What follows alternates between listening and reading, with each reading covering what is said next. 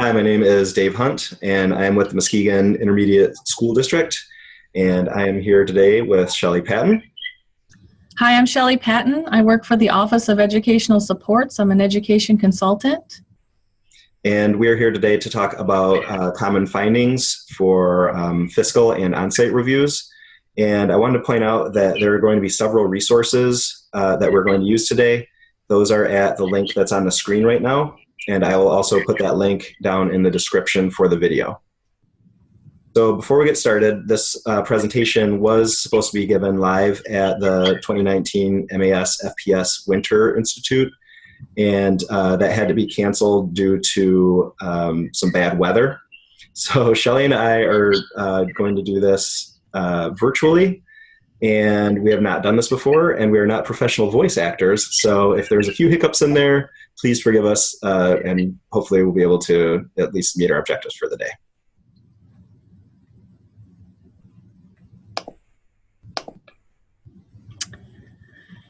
So when the Office of Educational Supports goes to visit districts, we often have common findings.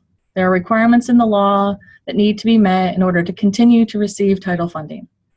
So we like to share some common program findings with you to help you along the way, and then tools to make it easier. Next slide. One of our biggest findings we have are around the written processes. In the past, the federal government would allow us to listen to your processes verbally, and we could say, oh, yes, they have processes. Now they're asking for those processes to be written. Not only are they asking for them to be written, of course, we want them to be implemented with fidelity. So as we come in, we are getting more and more districts with written processes, which is great. Then we check for implementation, sharing of the documents, who has what responsibilities. And David is going to share with you a tool that has been created in the state. So several years ago, I went through my own onsite review when I worked in a district. And one of the items that we had finding on was that we didn't have really good written processes. And even if we did have those written processes, they weren't collaboratively created or shared widely and those sorts of things. And so we started to work as a county here in Muskegon to come up with some common written processes. And we came up with a pretty good product at that time, and we've been trying to keep it up to date ever since. And I wanted to show you what that was about today and spend a little bit of time talking about that. So there are a couple different ways you can get to that. You can, if you have the presentation open, you can click within the presentation, or if you have the dashboard, this is right here under the Written Processes Collaborative. So the written processes are all on this page. I just wanted to talk about a couple of different ways to access them. One of the ways is to go from the district study guide. So the processes are aligned with the district and school study guides. You'll notice at this time that the 31A program monitoring indicators is not linked. The new program monitoring indicators were just recently released, and we haven't had a time to align our written processes yet with program monitoring indicators. But the district study guide and school study guides that were both recently released, I believe in July of 2018, these written processes align with those. So we can click into one of the district, for example, the district study guide, and we can see what the descriptors are, and if there are written processes that go along with those, they'll be listed over here. There's not necessarily going to be a written process for every single aspect of the study guide, but wherever there is alignment, you'll see what the number for the written process is. So that's one way to figure out the written processes. The other one is to think about your program. And so we could go in and we could look at Title I, for example. And under Title I, it will talk about what the different responsibilities are to set up your target assistance or your school-wide plan. And it will say what that written process is with a link to the written process. And it will also talk about where that's found in the district or the school study guides. So anywhere that you see the bright yellow is somewhere that we hope that your team gets together and makes this your own. We want you to use the tool, but we also want you to make this your own. The districts that we've gone into that have written processes have higher student achievement. The processes are there. People know what their roles are. People know what the expectations are. They know when things are due. But please take this tool and use it to really help your team develop a process that works for you. So, for example, I'll just go in to talk about how the program is provided to eligible students, and that will open up the actual written process.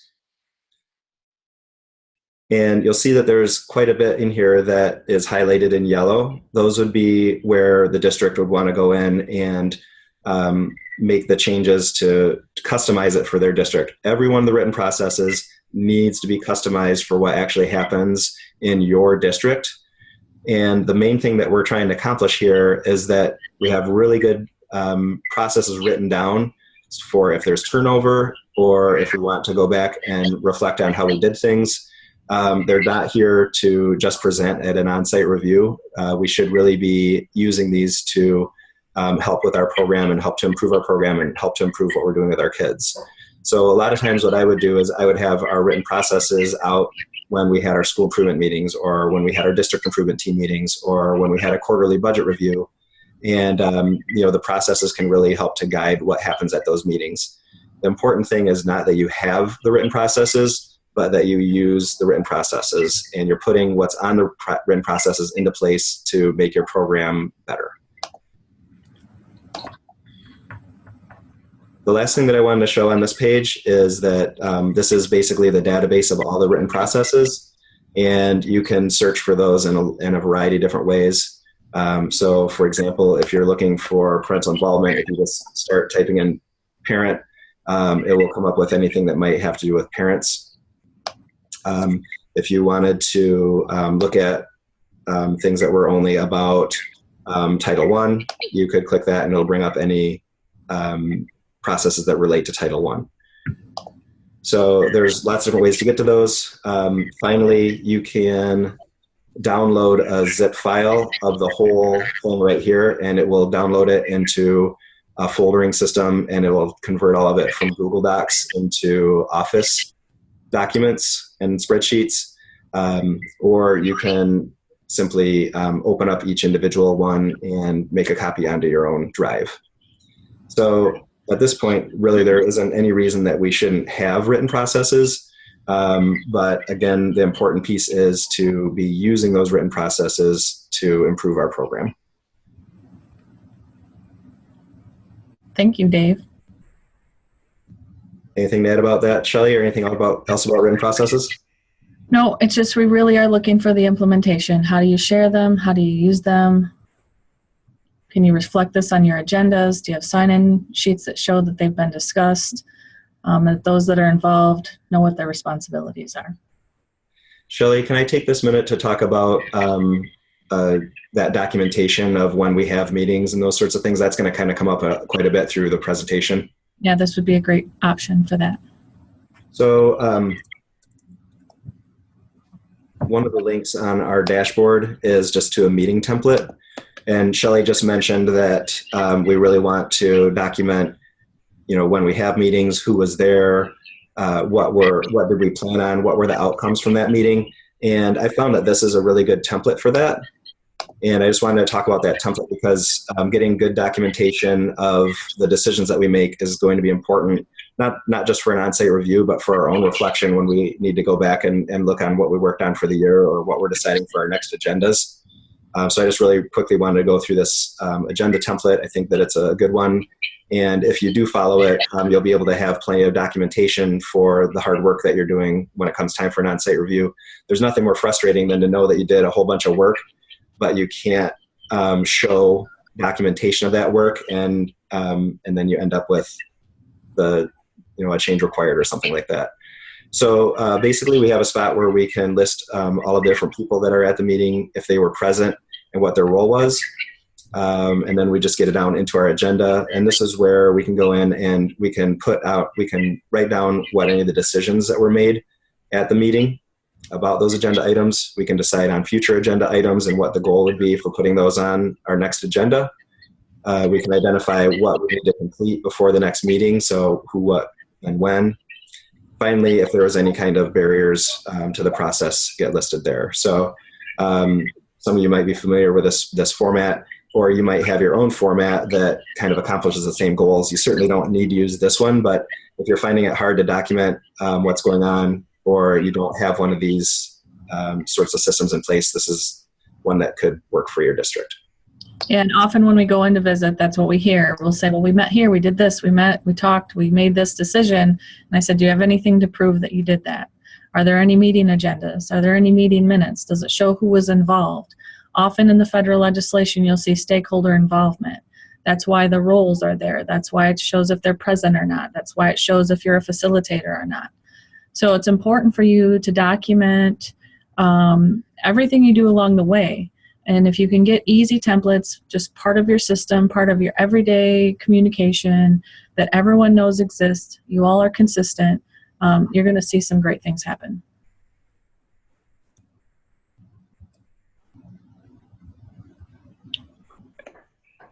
So family engagement is another area. We ask parents to be a part of our visits. And we like parents to come that have students that are actually receiving Title or Section 31A services. And often what we hear from districts is this is a difficult one. It's hard to get parents involved, or it's the same parents that are involved over and over again. So we're really doing some work. We have a new group working at MDE on family engagement across offices, working in things like early literacy and others. And we're trying to really help you with any tools or resources we can, because we know this is difficult. We want genuine family input. There's a plan, a family plan, there's a compact, there's a title meeting. Families should be involved in that all along the way. No, they may not be able to be at every school improvement meeting or every title meeting, but there are surveys, there are other ways to gather information from your parents. We have templates to help you with the engagement plans. There is a policy that's required at the board level. Many of you use things like Neola or other companies. That's the policy. But what then you need to do is take that policy and create a plan of action that will work in your building. And each building in your district may be different. That's why we try to provide a template for you to get you started, but then you make it uniquely yours based on the needs of your building. There is a parent engagement toolkit. It's quite lengthy. You're not necessarily going to want to print that out, but it's there for you.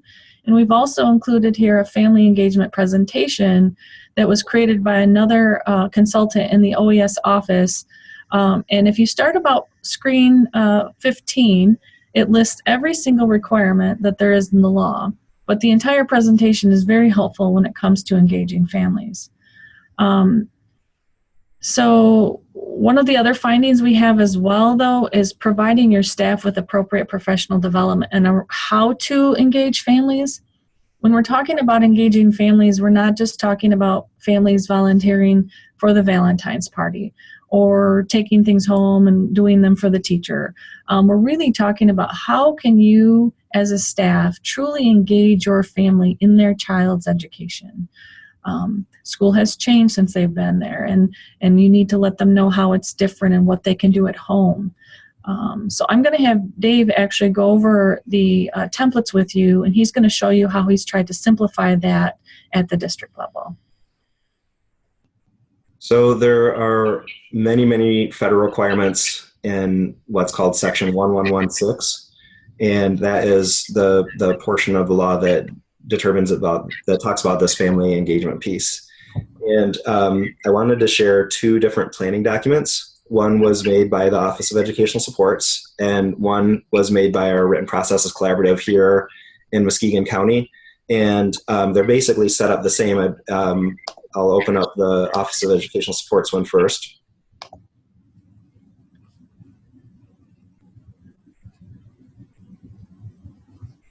So what both of the templates will do is it'll say what is the section of 1116. It'll have that down this side. And then on the right side, you want to type in what it is that you do in your district. So where both of the templates to kind of get that filled out are very similar. What we did for our Muskegon County template is we knew that the law kind of broke things down into 4 different sections. And so we kind of tried to break our template down into those 4 different sections. So the 4 sections of the law are policy involvement, shared responsibilities, building capacity, and accessibility. So you'll just see that they're kind of color coded for that. So we took the policy right out of the law, and then we kind of tried to put in a layman's description. And then this is the spot where we would have our schools type in, well, what are we actually doing about that? And when we got done with the whole thing, you could see if there were some gaps that maybe we're not doing something with that right now. Well, we knew that that's something that we had to put into place. What we would do is we would sit down as a team and we fill out the what is your school doing portion of this. And you can see the color changes for the different areas. Then what we would do is we actually take this form to our parents. So that can be done maybe at the annual parent meeting, or if you have a parent group, or if you have parents on your school or district improvement team. And you kind of go over it with the parents and get their input on it. The last step that we did was after we fill this whole thing out, this doesn't really look like a plan that you might hand out to parents. So what we did was we made a little template where we said, let's just copy the spots that we said, what is your school doing? And we would paste that into a little bit more of a friendly looking template. And we would kind of turn those narratives into, into some more general statements. So we would just copy and paste those things over, and then we would make it read a little bit nicer. And it gets it doesn't end up being a very long document. We know that it met all the portions of section 1116, but it still looks like and reads like something that somebody might actually sit down and read.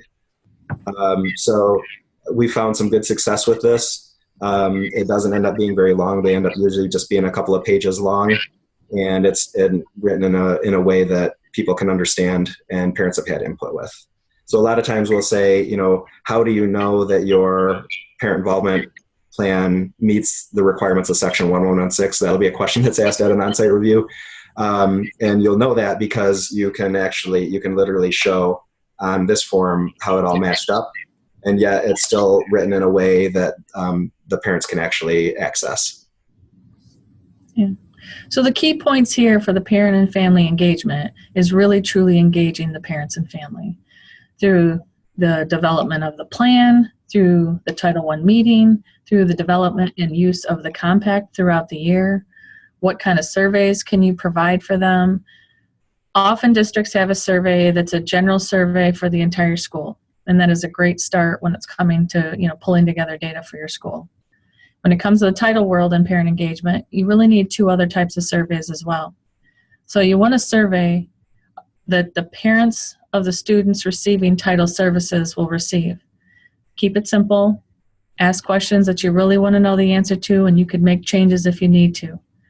And then you also need a type of survey for any parent and family engagement activities you may have in the weekends or evenings or summers.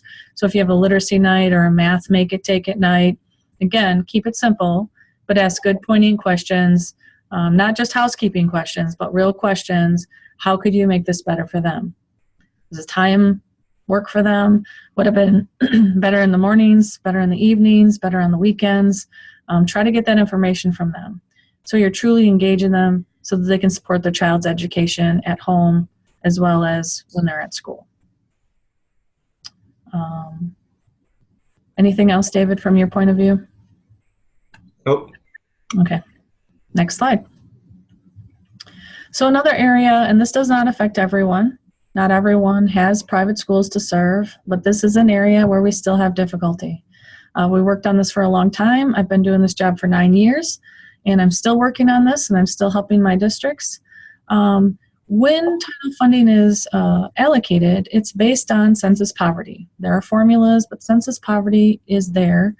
And so students that attend private schools were part of that census poverty count in your area. Therefore, they helped generate your title funding. So the federal law states that you must communicate with your private schools, not only within your district, but outside your district for Title I, within your district for Title II and IV, and there are also some requirements for 3 and 1C. So what we need to do is remember that the communication is ongoing. We have letters, templates for both in-district, certain funding sources are offered, and we have an out-of-district letter. We would really prefer that you use our templates just because we know that those templates have everything included that needs to be there. You need to include the funding sources they could possibly participate in. You need to include a section where they are saying yes or no, we do or don't want to participate. And those letters need to be sent out in a timely fashion.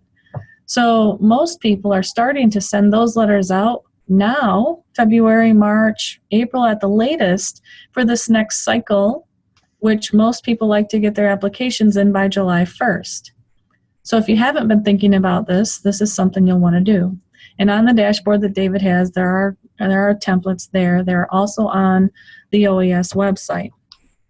But we've tried to include everything there for you. When we talk about timely and meaningful consultation, you need to speak with the private schools before any final decisions are made by the district or any final budget items are put into the application. So there are multiple steps to that. First, getting out the letters, okay? And also in order to get out the letters, you need to figure out who to contact. There is a way to look and use the Education Entity Master. There is a map tool there. Any one of your consultants can help you with that. How do you find your private schools? How do you ensure that they're registered? There's a lot of things going on. Our ombudsman in the state right now is getting ready to do a tour this spring, and all that information will be available there, or you can contact your consultant. Once you've communicated with your private schools and you've gotten the yeses and nos and you've figured out, yes, those children would have attended one of our schools, there are multiple steps, and we're not going to list them all here. But then you'll need to use the Equitable Services worksheet that our office has created. That is also on our website, and it's also on the dashboard that David has created. That Equitable Services worksheet must be used. It's not a choice. We've created it based on the law and what requirements there are. Yes, we've made some tweaks to it over this last year. Probably there'll be some tweaks to it again for this next year. We're really trying to get this correct. So you'll use the Equitable Services worksheet, and you have to ensure that that worksheet and the communication are done pretty much at least twice a year. The communication is more often. The Equitable worksheet must be done again, not only at the initial budget, but at the amendment time. You may get more money. There may be carryover involved that you have to determine whether or not the private schools has any of that coming to them. So when it comes time for amendments, don't forget the private schools. Don't forget to go back and talk with them. Don't forget to show them the increase in funding. Don't forget to let them know that they may have carryover. There are on our website, it's called Technical Assistance for Working with Private Schools. All these documents are there. Again, private schools is a multi-step procedure. And if you need help with that, please contact your consultant, and they can walk you through from the beginning to the end and what the cycle looks like throughout the year. But this is an area where we have multiple findings when we go for our visits. I would just add that there's, as you may have picked up from Shelley's summary of that whole process, there are many ways to do it incorrectly, and with, just through making mistakes or missing timelines or not fully following through on obligations. And I would really recommend going to the Equitable Services Roadshow that Shelley mentioned. Terry Nugent puts that on, our state ombudsman. And it's very, very helpful. And the information is always very timely. And I would also just echo what Shelley said about contacting your consultant early and often about that process, because everybody knows that it's a little complicated, and I think that the consultants would rather walk you through it than have to go back and help you fix it later. Yes, that's true. If you don't do the private school share or services from the beginning correctly, that will really mess up the rest of your budget, and we have to start back over from the beginning. So it's better just to contact in the beginning, make sure you're sending out the right letters, make sure you're calculating on the worksheet correctly. Again, there are multiple steps, but please don't hesitate to ask for help.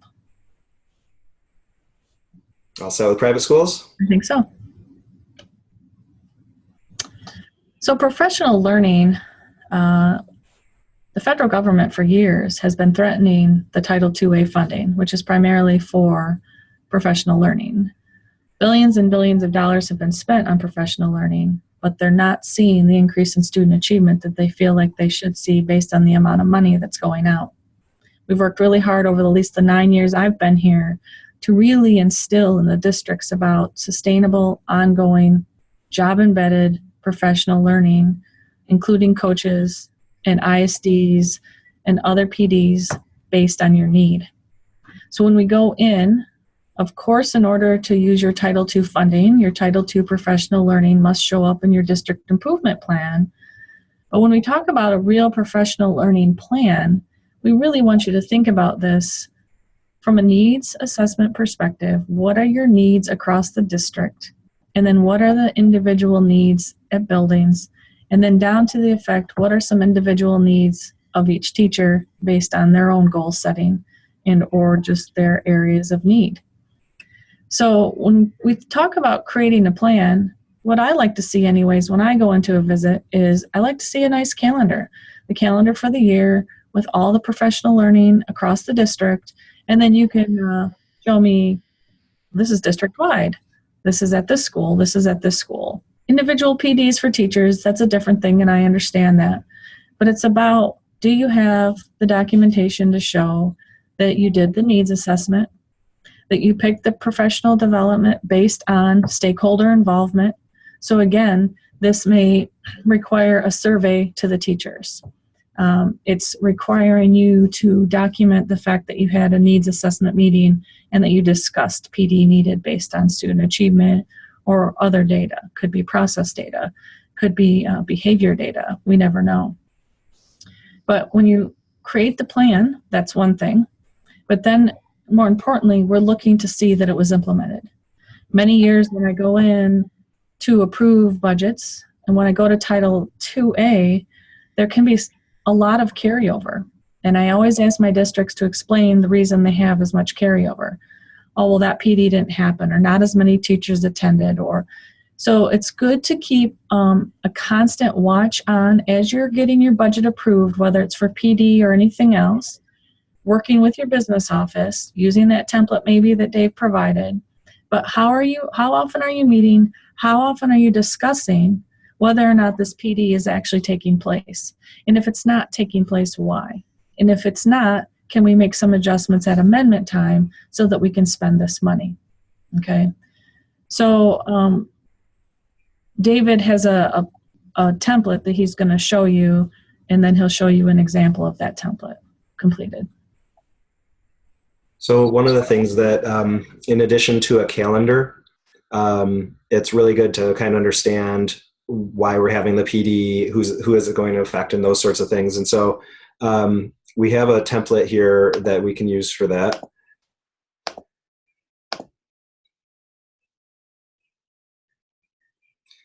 And it really just kind of gets down, it lists what was the professional development that was offered, what were the deliverables, or what we were hoping the outcomes were going to be off of that.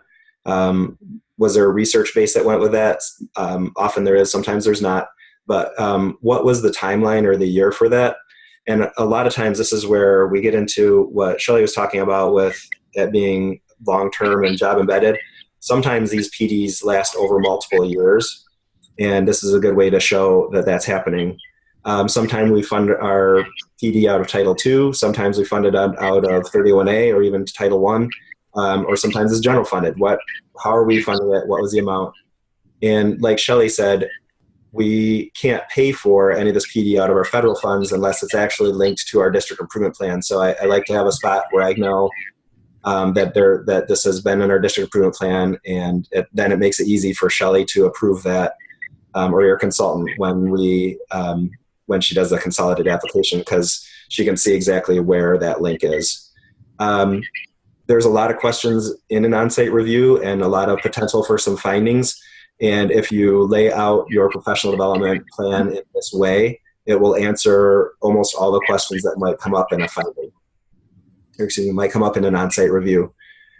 Just to kind of give an idea about what that looks like, here under the example, I just took a recent one that I'd worked on with a district and just took the name off of that, but you can see that they listed what their professional development was, what they were hoping to accomplish with that professional development, what the research base was, what their timeline was. You can see that some of these are multi-year. Some of them were going to get accomplished in 1 year, multiple different kinds of funding sources, and then they knew where they linked that in the district improvement plan. So it really, besides the on-site review, which yes, we want to do good on on-site review and not have findings, it's also really, really helpful for staff because if we have a written professional development plan, they can see where their building or their own professional learning fits into an overall plan for the whole district. It's just a good way to have good communication about the plan, to know that there was input from multiple stakeholders. Yeah, and another thing that we look for when we're approving this type of PD or looking at the plans, we're going to want to know who's offering the training. Who's offering the training? Do you have a contract with them with the deliverables? Sometimes I'll have someone put in the budget that they need $20,000 for PBIS training. And that's all the detail they give me. I need more detail than that. I need to know who's providing the training. I need to know how many staff are being involved in the training. I need to see the contract. It's not about the invoice. It's not about the $20,000. It's about what are you getting for the $20,000.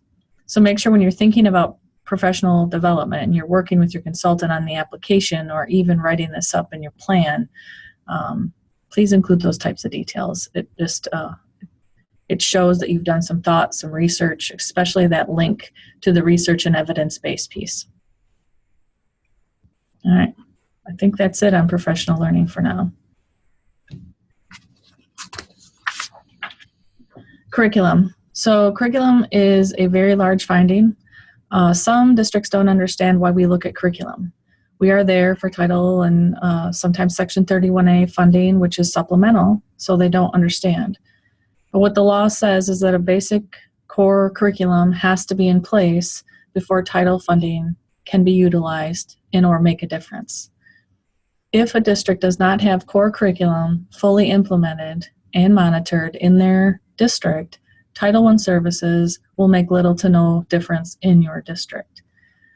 So when we go in to look at curriculum, we don't just want a textbook.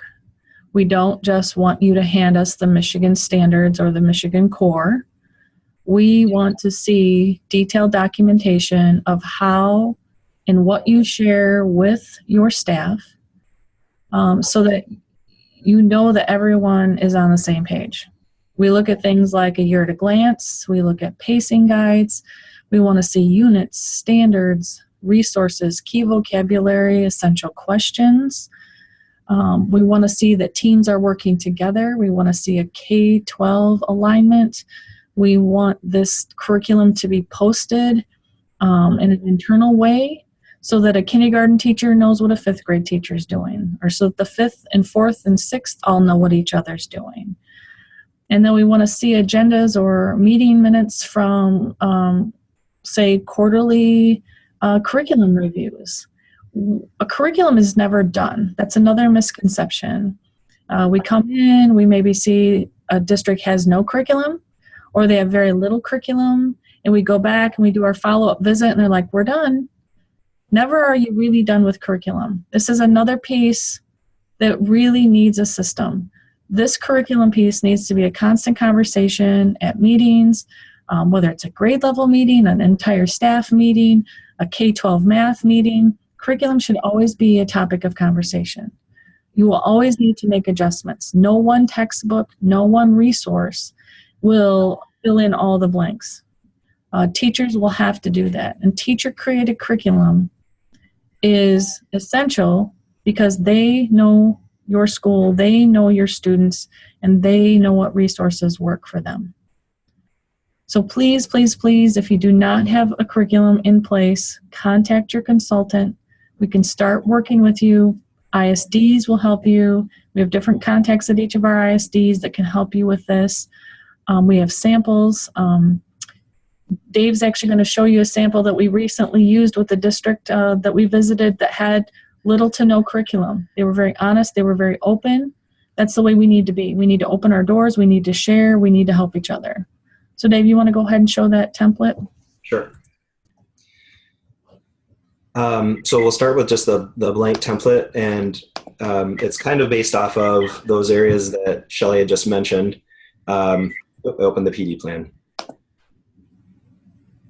You liked it so well. You had to open it.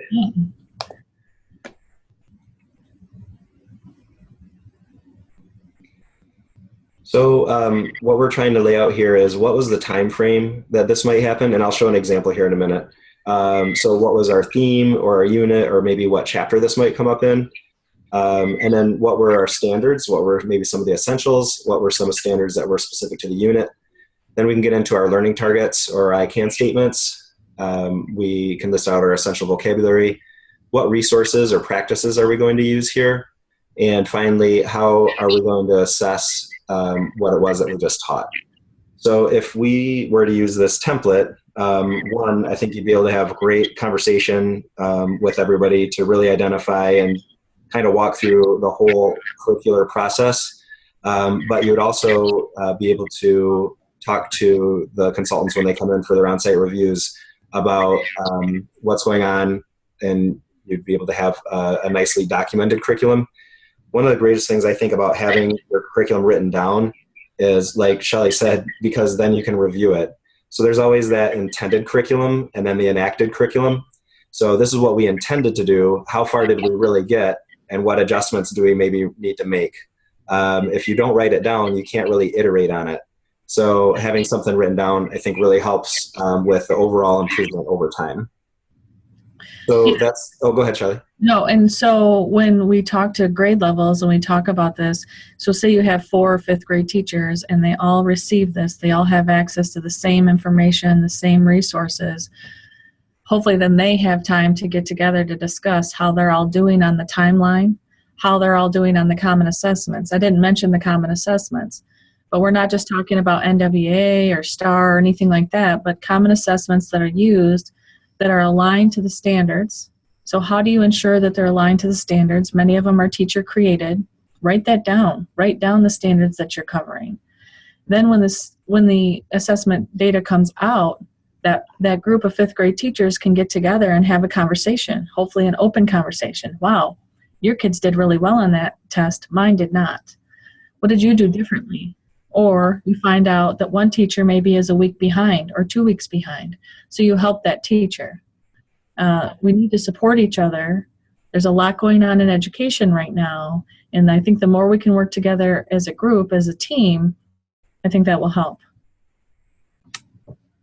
And that does get hard to do if you don't have something concrete to go back to and have a conversation around. So, which is kind of the point of this whole written curriculum piece. And part of the reason too we shared the template was because part of the times too when we've gone into districts to review curriculum, many different formats, many different styles. It's nice if you can find, at least if K-5 has the same format or 6-8 or, something to the effect that it's consistent, it's easy, everyone knows what the format is, everyone knows what's required here. That helps too. So this was just a short example. I didn't want to give like a whole grade level or something like that. So this was just one of the units for that district that we worked with. So this was kind of a beginning of the year 4th grade math. And so basically it was the first unit that they had. And so it lists out what their standards were, that time frame of, they hope to get through their first unit in September and October. They had their main outcomes here. They translated those standards into I can statements, and they said what standard those I can statements align to, talked about their essential vocabulary. They talked about where this might come up in their resource, and then they listed other resources that they might need to supplement that resource. And finally, they had what agreed upon assessments that they were going to have for that. So it just is a good starting point, so everybody can get on the same page and really get aligned and understand outcomes and timelines for those sorts of things. And this really is also a good step in the right direction when it comes to standards-based reporting. Many of our K-5 buildings are moving to a standards-based report card, and I'm hearing more and more of 6 through 8 and even some 9 through 12. But in order to do that well, you really need a solid curriculum or solid curriculum documents for this. And once again, just to reiterate this, this should be shared in a common location for the entire district to be able to see, access, know, question. And also then you have to decide which part of this, maybe the years at a glance, maybe the pacing guides, what part of this will be shared with the community, which part of this will be shared with the parents. What can you actually put out on the website for everyone to see? Not everything needs to go on the website, and we understand that. But there is a point where you need to share with your parents and with your community. These are the basics that a first grader will learn throughout the year.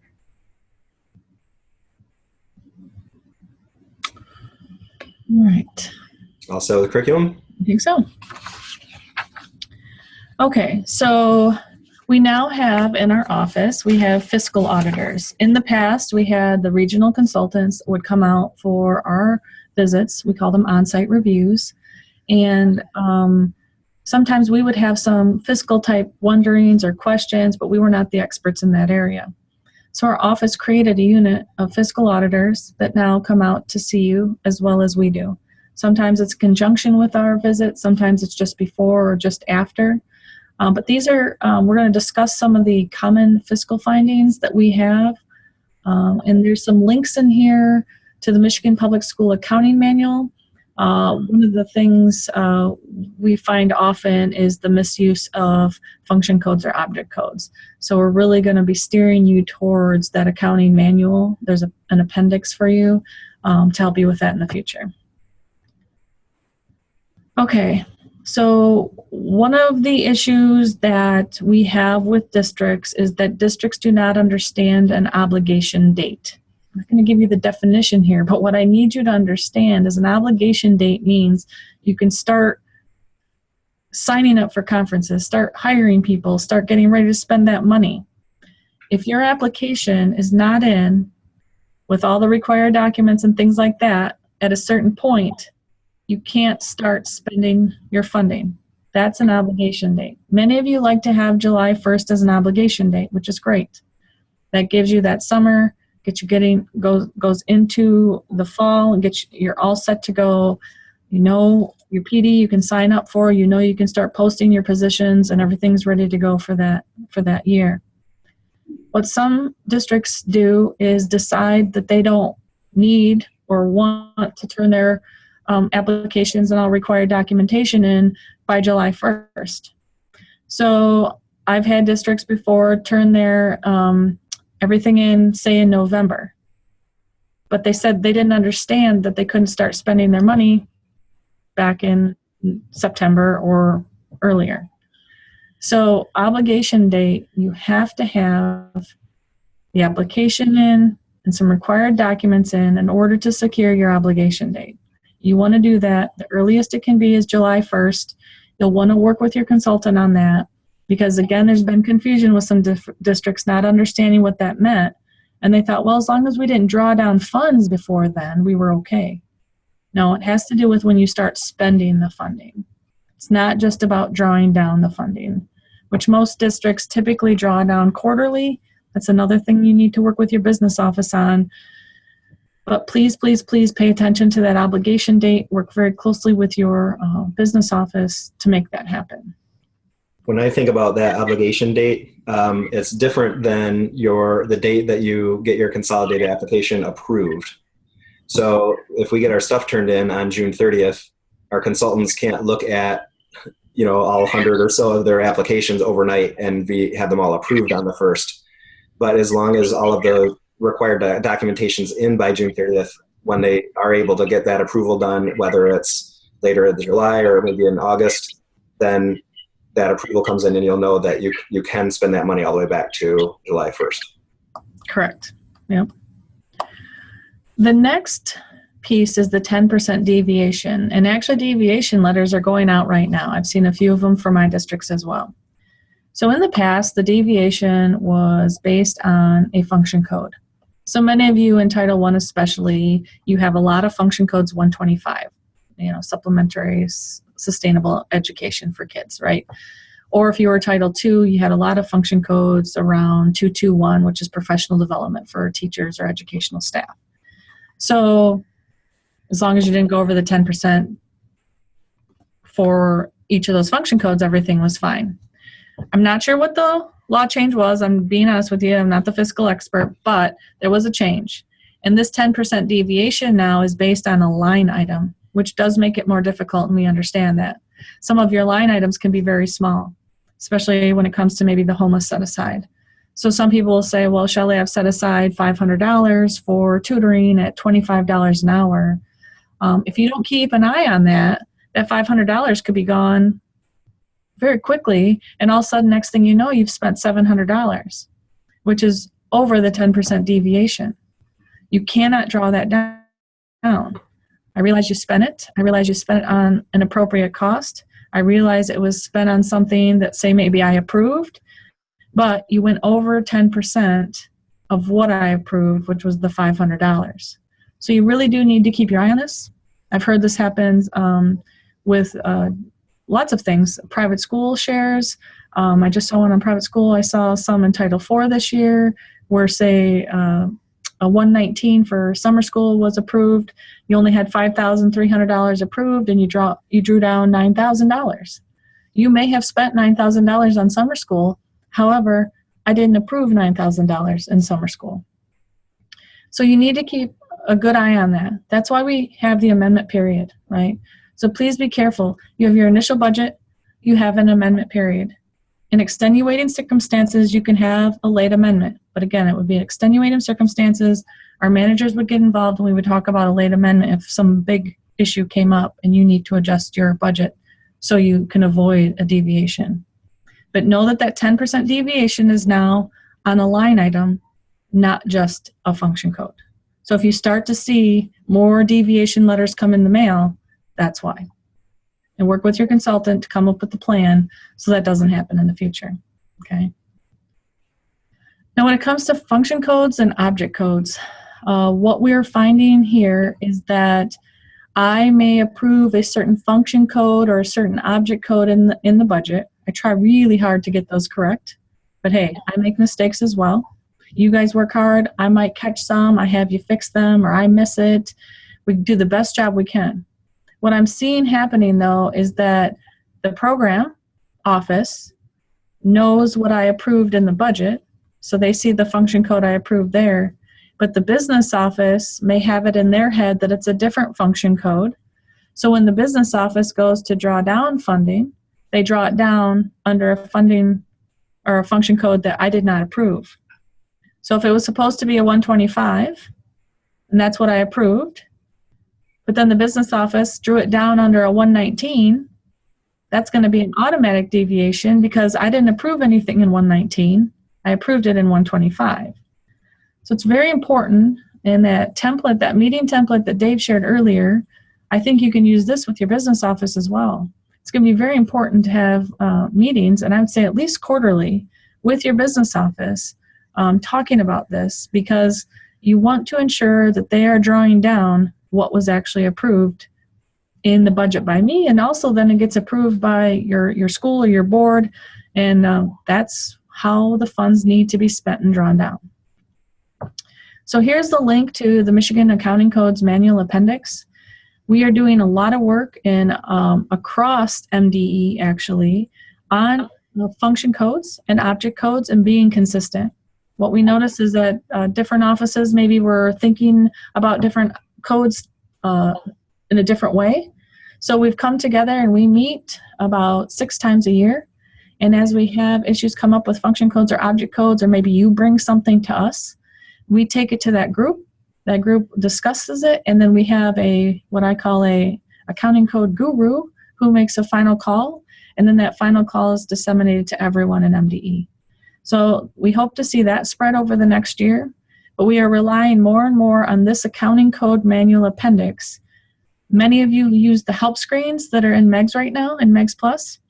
We are going to be changing that, and we are going to create more of an accounting code manual appendix that's specific to the function codes and object codes we use. So look forward to that. Dave, can we go to the next screen? I think I just had one thing to add here. Sure.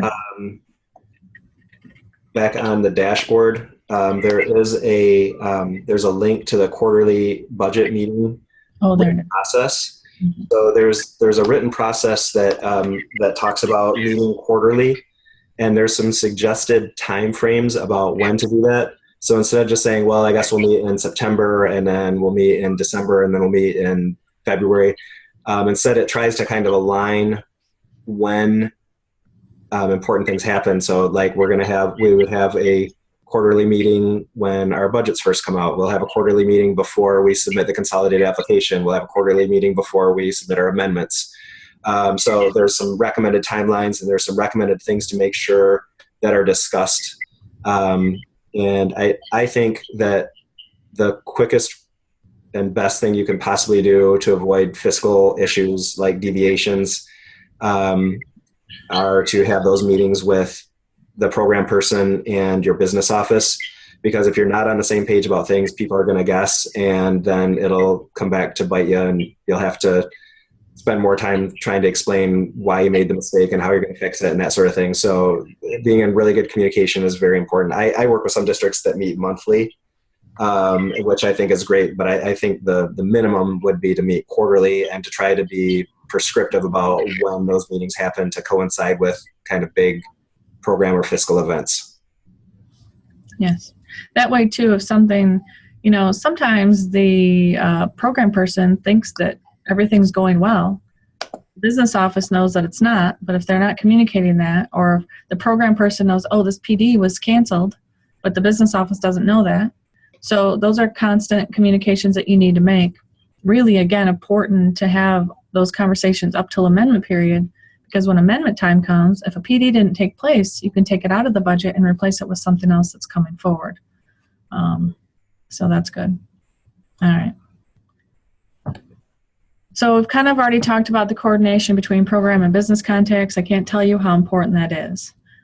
We don't just want to talk to a business contact. We don't just want to talk to a program contact. We as consultants want to have communication with both, and we want to ensure that you have communication together. In the districts that they communicate well, we don't see deviations, things go smoothly, they spend their funding. Part of a common fiscal finding too is a lot of carryover. And that kind of goes with the second bullet. Funding must benefit the students in the current year that it was budgeted. So there's a couple things that go on with that. For districts, again, and I think I mentioned this earlier, that we see large amounts of carryover, we require an explanation for that, because that money was intended to be used in that year that it was given to you by the federal government. It was supposed to benefit those kids then. Why didn't you use it, and how can you ensure in the future you will use it? And we do understand there are extenuating circumstances, and we can help you through some of those. But for a regular basis, this money is supposed to be spent. We should be seeing zero carryover, especially with private schools as well. And each year, you need to stay on top of this. So when it comes to this benefiting the students in the current year, this happens quite often, and we're working very closely with that fiscal unit to try to get some more information out to you. But for example, it's amendment time. Amendments are being approved, and in many amendments, you've found that you've had carryover, or if you've gotten new money. So you want to buy some things. You want to buy some stuff, whether it's technology or books or kits of some kind to go along with your title program. What we've seen happen before, though, is there's red tape, and we understand that, but things don't get ordered, say, till May. They don't come in till June, and school's over. If you have a fiscal audit, they're going to question that. That money was intended to be used and serve kids during the year. So if it didn't come until June, they may question that cost, and you may have to pay that back.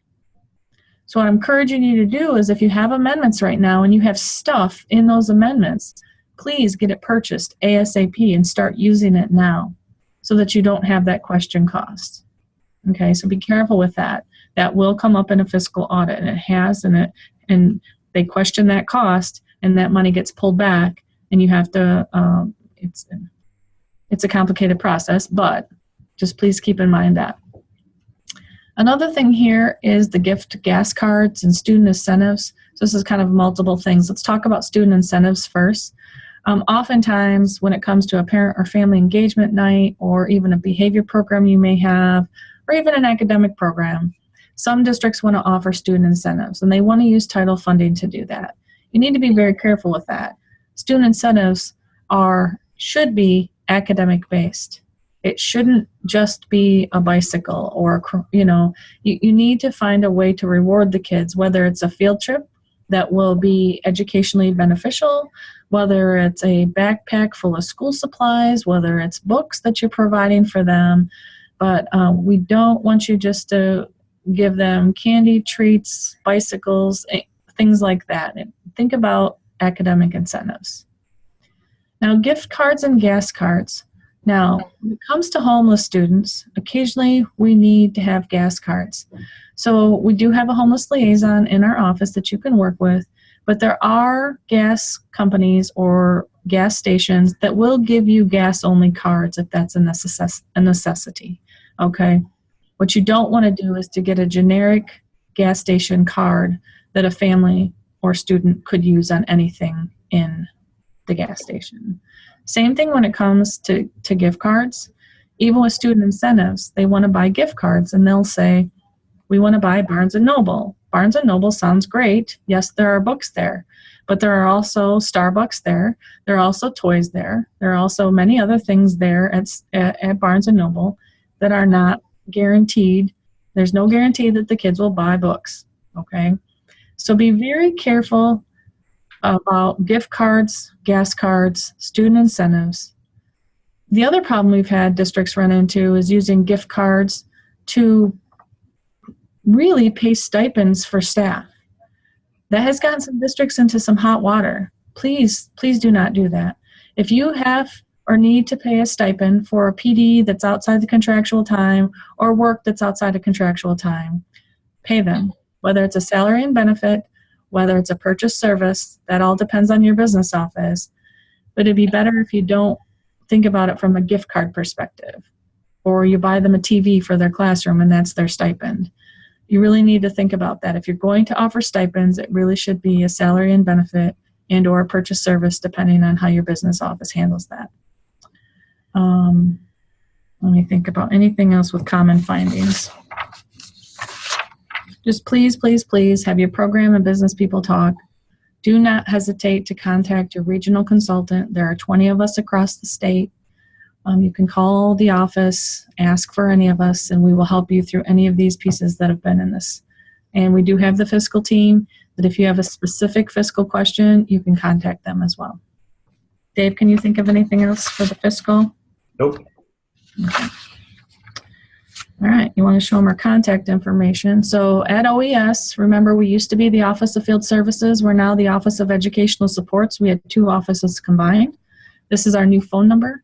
Andrea Nessel was originally supposed to be presenting with us, but poor girl got called into jury duty. So Dave's email is here as well. He can help you with any of the documents you may have questions on, or if you have questions with the written processes, either one of us can help you. Please don't hesitate to call, and thank you so much. Thank you very much.